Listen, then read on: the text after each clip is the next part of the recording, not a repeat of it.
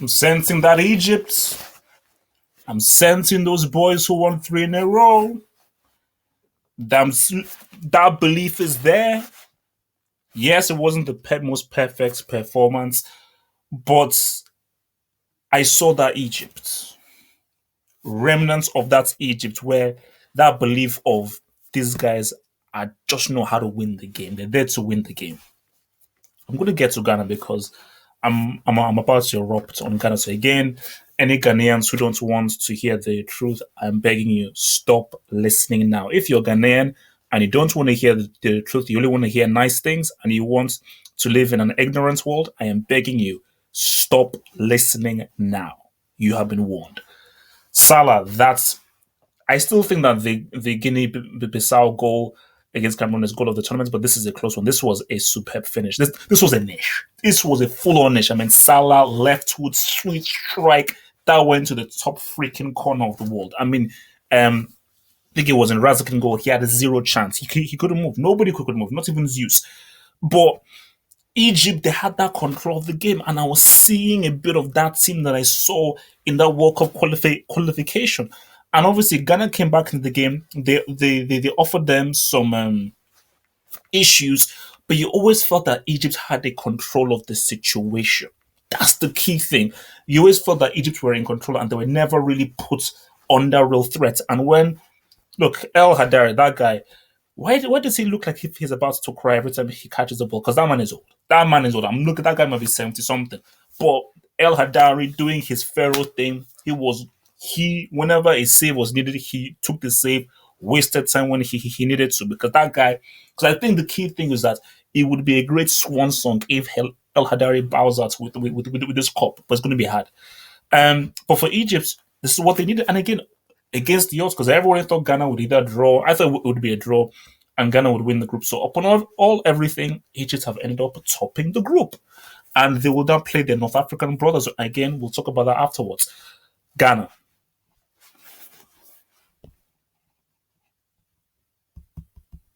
Extremely disappointing.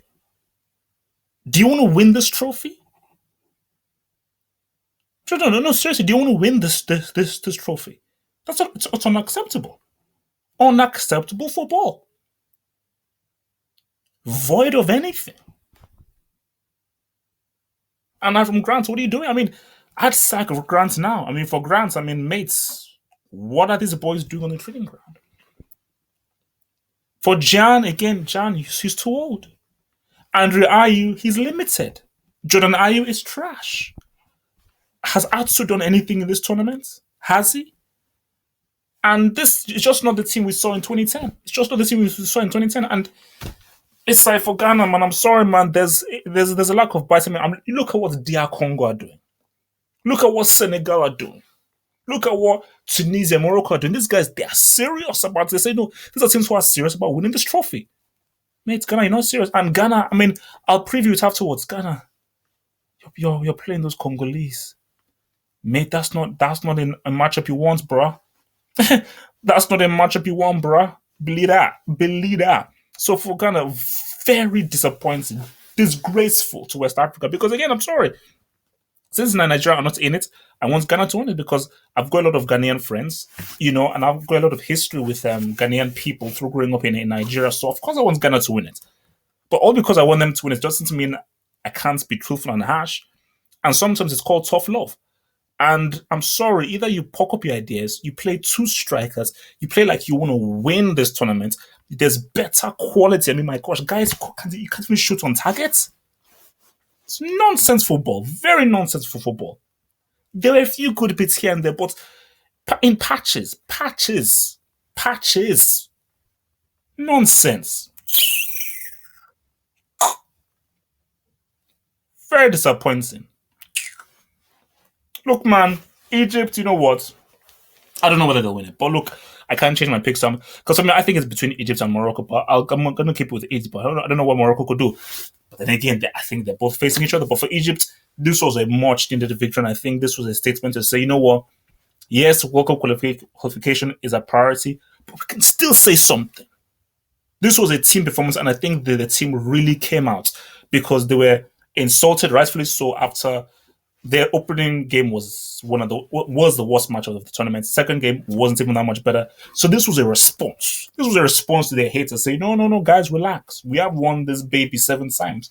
I want to get that eighth crack, baby. You know what I'm saying?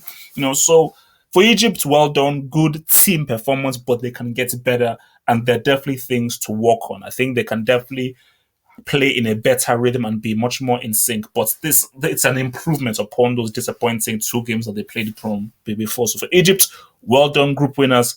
So for Ghana, if you don't improve, DR Congo will get that ass.